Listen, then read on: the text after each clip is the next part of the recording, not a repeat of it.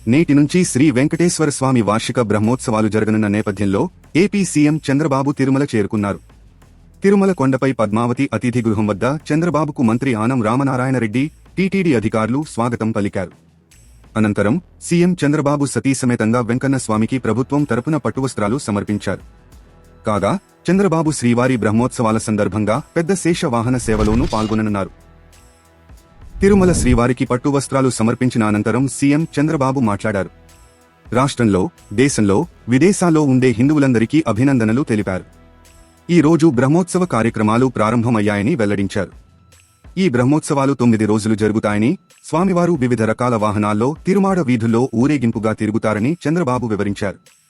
వెంకటేశ్వర స్వామి బ్రహ్మోత్సవాలను ఇక్కడికి వచ్చే భక్తులే కాకుండా ప్రపంచవ్యాప్తంగా ఉన్న హిందువులు ఒక పవిత్ర భావంతో వీక్షిస్తారని పేర్కొన్నారు. కలియుగ దేవుడు, ఈ సమాజాన్ని అన్ని విధాలా ఆదుకునే దైవం వెంకటేశ్వర స్వామికి రాష్ట్ర ప్రభుత్వం తరపున అత్యధిక పర్యాయాలు పట్టు వస్త్రాలు, ఇతర లాంఛనాలు సమర్పించే అదృష్టం తనకు లభించిందని చంద్రబాబు సంతోషం వ్యక్తం చేశారు.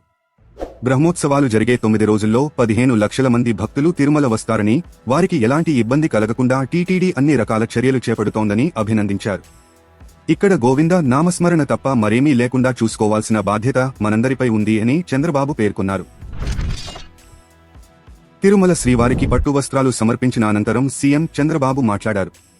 రాష్ట్రంలో, దేశంలో, విదేశాల్లో ఉండే హిందువులందరికీ అభినందనలు తెలిపారు.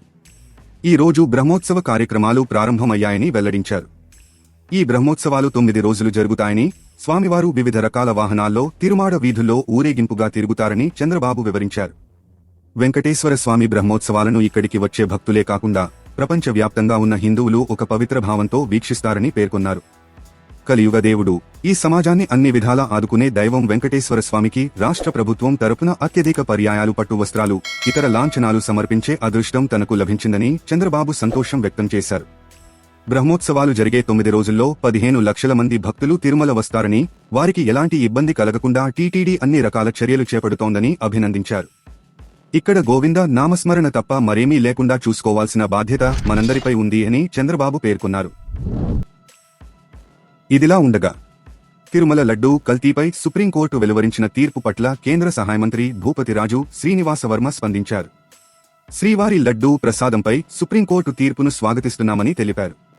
లడ్డూ కల్తీపై విచారణకు సుప్రీంకోర్టు 5గురితో కమిటీ వేసిందని, లడ్డూ వివాదంపై వాస్తవాలు బయటపెట్టాలని ఆదేశించిందని అన్నారు.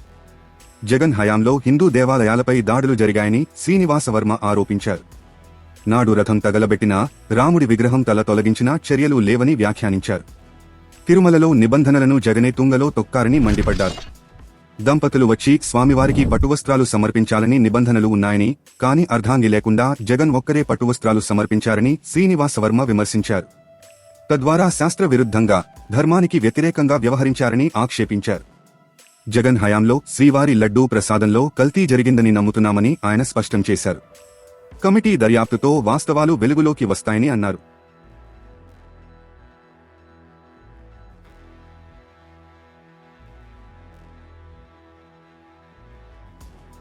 తాజా సమాచారం కోసం లైక్ చేయండి, సబ్స్క్రైబ్ చేయండి, నోటిఫికేషన్ల కోసం గంట సింబల్ ఆన్ చేసి పెట్టండి.